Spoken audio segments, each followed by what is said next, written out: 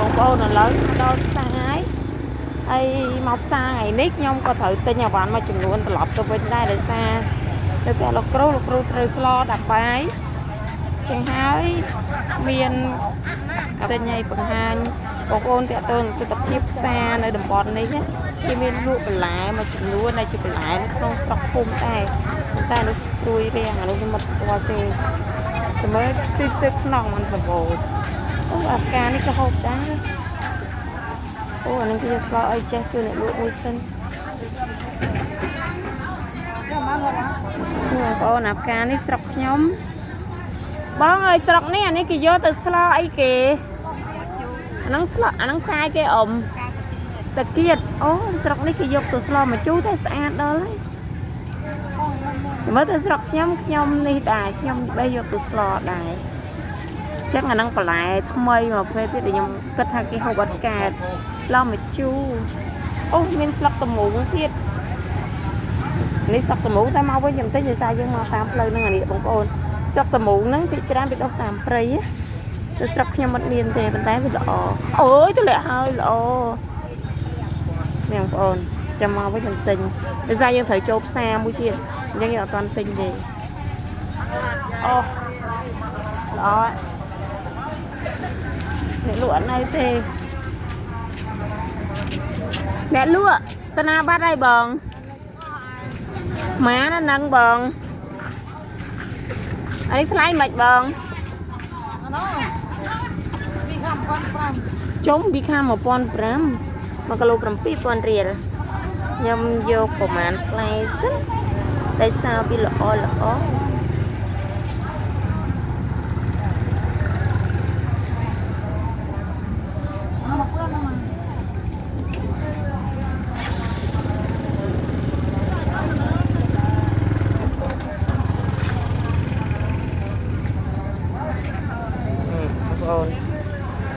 យើងត្រូវតាមយកវាល្អបងតែប៉ោះចាប់បានយូរដែរប៉ោះនេះចាប់បានយូរដែរចាប់បានយូរដែរនេះអ្នកលក់បងអានឹងយើងដាំខ្លួនឯងត្រូវអត់គេដាំទៅហ្នឹងត្រូវម៉ានបងហ្នឹង2000នេះបងប្រាក់ទុកហ្នឹងសិនចុះដោយសារខ្ញុំដើរមកតាមផ្លូវហ្នឹងវិញទេហាមតែផ្លិចបង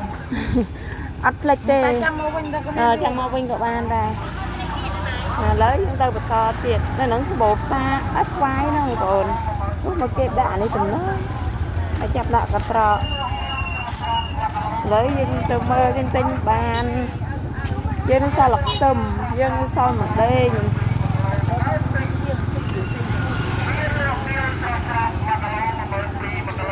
ពេលនេះក៏មានត្មូងណាចុះមិនស្អាតណា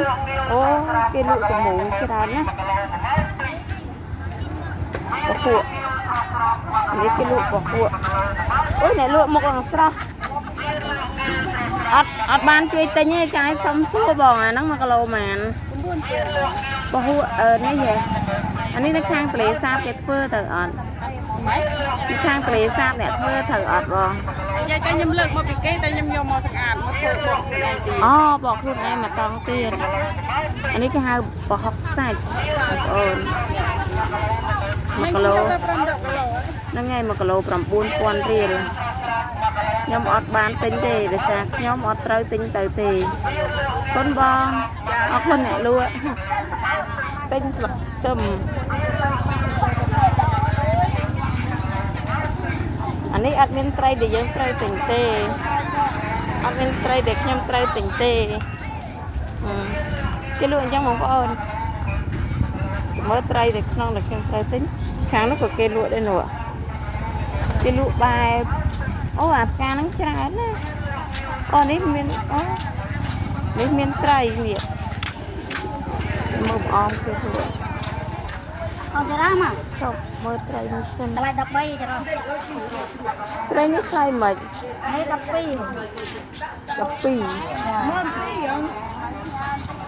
12ទាំងក្បាលហើយចាអត់ក្បាលដូចគ្នាអត់គ្នាបើយើងយកស្លមជួយត្មងយើងយកទាំងក្បាលទៅយើងយកអានោះមួយអូឡូណាកូន15 នោះមួយចា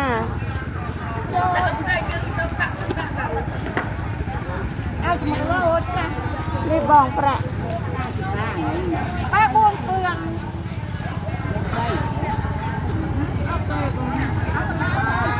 โลดับร้านลงโลดับร้านเจ้าเหรอว่าบงจะไม่จะตะปูนอะไรเต้รายดำวิ่ง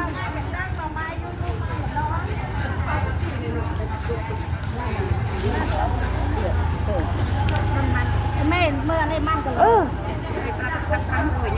ជុំ បាត់ជា4គីឡូកូនត្រី80បាយយក បងអាហ្នឹងគេយកទៅធ្វើអីគេ អានេះកំពងឆ្ងាញ់ច្រឡោះហាវឆ្ងាញ់ អូកពោតស្រុកនេះគេលក់បងប្អូនកពោតស្រុកខ្ញុំនេះអ្នកណាគេហូបទេពោឲ្យពូលអត់ស្រុកខ្ញុំគេហូបអាហ្នឹងហ្មងហ្នឹងនេះនៅខាងសំរៀប5ប្រឡាក់អាំងហ៎បងជុំអត់ដល់ដល់សោះឆ្ងាញ់មែនអត់មានទេពីង រត់ឲ្យក្តាប់5ពឿនលើទៅជួយវិញចូលទៅជាងខាងនោះមានខាងនោះតែចាំនេះសិនចាំតិចទៀតគាត់ធ្វើឲ្យបងធ្វើខ្ញុំផងឲ្យចាំខ្ញុំមកយកវិញណាចាអា30000 ចាអញ្ចឹងគាត់ទៅអាប់ឲ្យយើង 38,000 រៀលហើយអរគុណបងអញ្ចឹងយើងទៅបន្តទៀតសាងនេះដើរទិញទេទៀតទៅ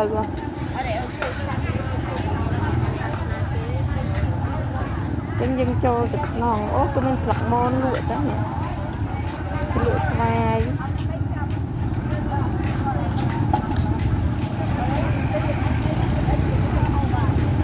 ជុំ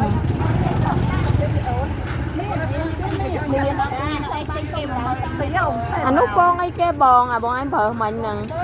ពងកាពើអូគេលក់ថ្លៃមិនពងកាពើស្រុកហ្នឹងហើយពងកាពើមួយម៉ានមួយ500មកគ្រាប់500ជុំថ្លៃគេទេខ្ញុំបងអើយសុំចូលមកបងពងកាពើហ្នឹងវាខុសគ្នាពីពងមាន់មកទៅអូនពងកាពើបងសំសួរមួយរសជាតិពងកាពើខុសពីពងមាន់ពងទាបែបម៉េច បើវាមានរសជាតិឡែមមួយណាឆ្ងាញ់ជាង ទេសម្រាប់នេះចូលចិត្ត អូ ដាច់នេះចូលចិត្ត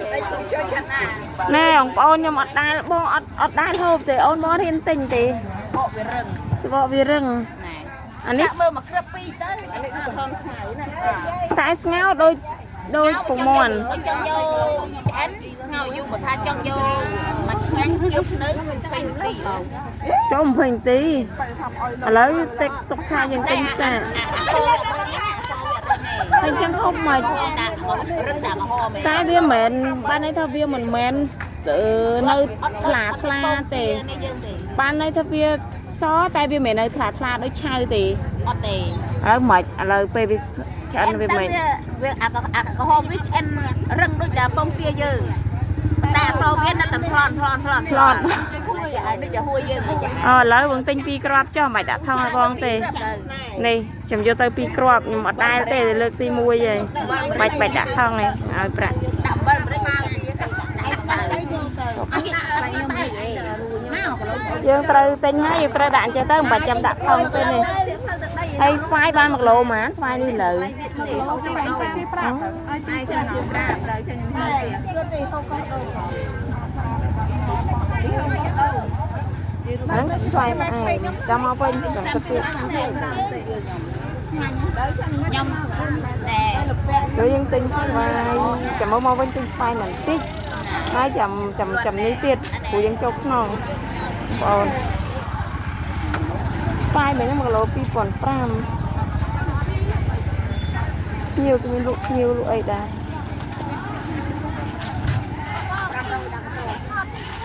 អ្នកថតអត់បានទិញទេព្រោះអ្នកថតអត់មានចង្ក្រានអ្នកថតអត់ត្រូវវិចចង្ក្រានមកទេអរគុណបង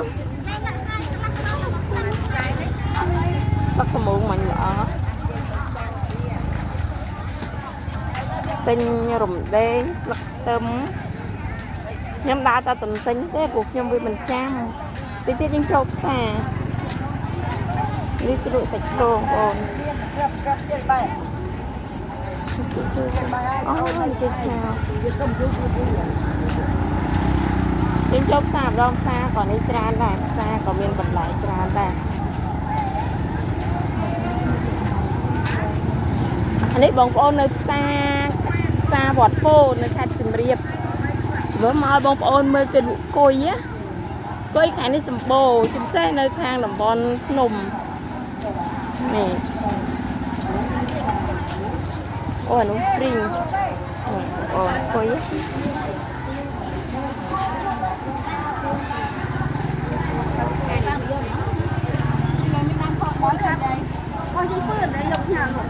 អមសុំសួរមួយកុយ1គីឡូប៉ុន្មាន12000នៅផ្សារវត្តពោនេះមានស្វាយខុសរដូវរបស់គេទៀតខុសរដ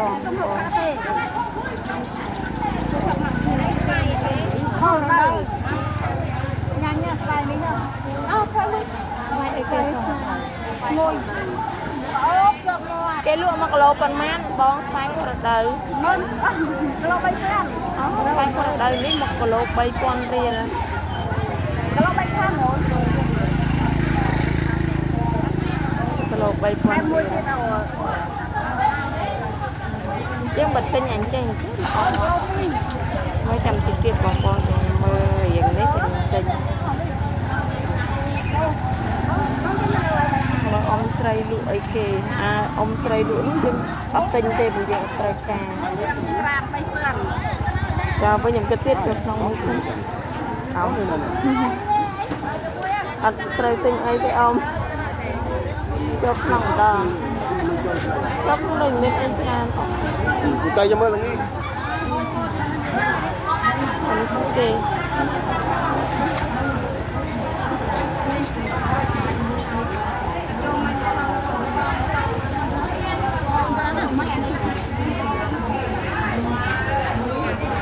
ឡាចូលទៅក្នុងខ្ញុំចូលក្នុងសិនណាដែលខ្ញុំត្រូវទិញតែខ្ញុំមកវិញតែខ្ញុំទិញ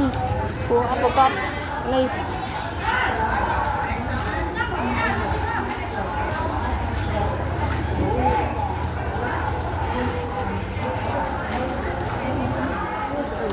ដល់ពេលគេលក់ត្រីម្ដងនៅក្នុងគេមានត្រីលក់ដែរ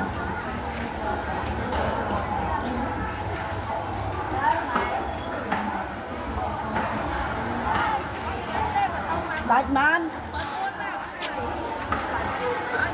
អូមកជួយត្រមូងនេះក៏មានដែរចាំមើលបងប្អូនពីមកសិនមិញខ្ញុំឃើញមកជួយត្រមូងយ៉ាងច្រើនណា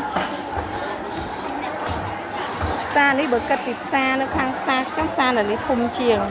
ហើយអាវ៉ាន់ដែលគេលក់ភាគច្រើនអាវ៉ាន់ដែលមកពីព្រៃក៏ច្រើនជាងដែរដោយសារតំបន់នេះវាអាចនិយាយថានៅសៀមរាបជាប់តំបន់អង្គរហើយលើពីនឹងទៀតកន្លែងមួយចំនួនខ្ញុំអត់ស្គាល់ទេឥឡូវនេះខ្ញុំកំពុងតែដើររកអូនេះជួយតំបន់នេះក៏មានដែរដើររកអាវ៉ាន់ដែលខ្ញុំត្រូវការអូខេនេះបងប្អូននេះចំមូដែរមើលគេនេះលក់សមមិញខ្ញុំទិញកន្លែងនេះ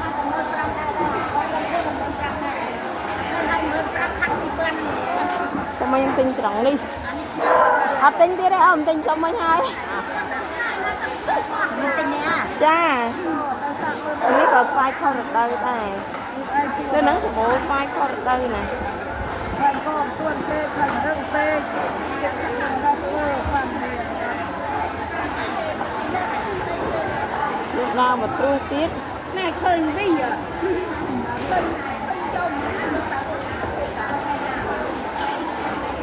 ស្វាយខុសរដូវនេះសម្បូរ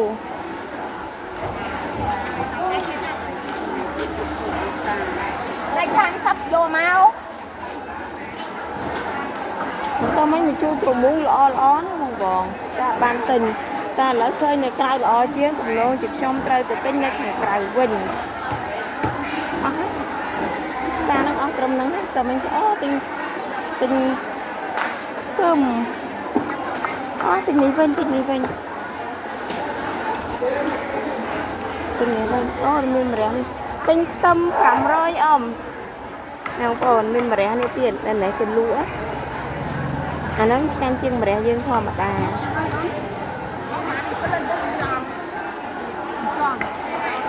អូនេះគឺស្រុកនេះគេហៅចង់ស្រុកខ្ញុំគេហៅផលិតតែហ្នឹងមិនផលិតទេមិនចង់មិនត្រូវគេហៅត្រូវទៅនេះគេអ៊ំប្រាក់ ថ្ងៃនេះតែចង់តែអូនអត់ ចាเป็นអ៊ំ ចេញសម្រាប់អត់មានទេ អូមានម្ដេងអត់អ៊ំសម្ដេងតិចបានទេឲ្យដកពីដាក់ខ្ទឹមហ្នឹងវិញទៅដោយសារត្រូវការបន្តិចនៅនេះផ្សារនេះស្រួលអរគុណអ៊ំអរគុណនៅផ្សារនៅនេះស្រួលទិញអីវ៉ាន់ទិញបានលឿនជាងផ្សារនៅខាងខ្ញុំគេមកគេបញ្ញារូបរះនោះយើងទិញដំមូងខាងក្រៅយើងទិញស្វាយ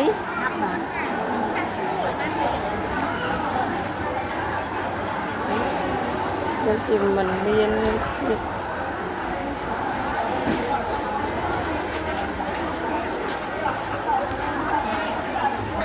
ឥឡូវបងប្អូនខ្ញុំទិញបានលឹកទឹម500ចូលផ្សារតែអាវ៉ាន់ផ្សេងទៀតយើងយកនៅខាងក្រៅព្រោះយើងទុកឲ្យយើងឲ្យគេទុកឲ្យអាហ្នឹងដូចជាមកថតបងប្អូនឃើញផ្សារគេហើយទិញបដាទិញអីដែលយើងត្រូវទិញអញ្ចឹងទៅនៅនេះបូរដូចផ្សារសាមគ្គីមើលខ្ញុំទៅពេលល្ងាចបើសិនបើខ្ញុំចូលផ្សារសាមគ្គីខ្ញុំនឹងថតឲ្យបងប្អូនឃើញផ្សារសាមគ្គីនៅក្នុងទីរួមខេត្តគឺសម្បូររបស់លោកណាស់ជាពិសេសគួយភ្ញៀវហើយនៅនឹងសម្បូរស្វាយហ្នឹងតែក៏ស្វាយចឹង